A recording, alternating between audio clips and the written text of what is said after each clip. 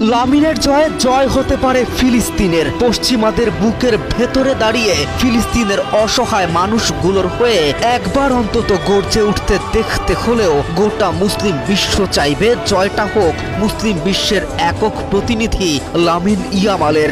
Club ফুটবলে জয়ের পরে তিনি যেভাবে ফিলিস্তিনের পতাকা উঁচিয়ে ধরেছিলেন, ঠিক সেভাবে আরো একবার গোটা দুনিয়াকে সাক্ষী রেখে আরো একবার অসহায় মানুষদের প্রতীক হয়ে রুখে দাঁড়ানো উচিত।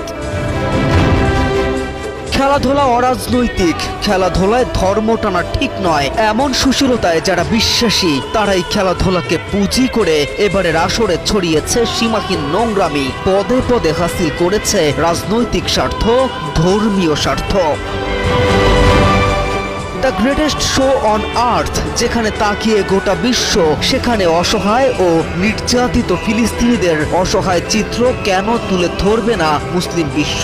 এটাই কি সেরা মঞ্চ নয়? যারা চোখ থাকতেও অন্ধ, যাদের বিবেকবোধ জাগ্রত হয় না, যারা চোখে দেখেও দেখে না গাজায় শিশুদের অসহায়ত্ব, তাদের চোখে আঙুল দিয়ে দেখিয়ে দিতে হলেও লামিনের বিশ্বকাপ জেতা উচিত। পূর্বের ন্যায় এবারেও জয়ের পরে ফিলিস্তিনের পতাকা উঁচিয়ে ধরা উচিত।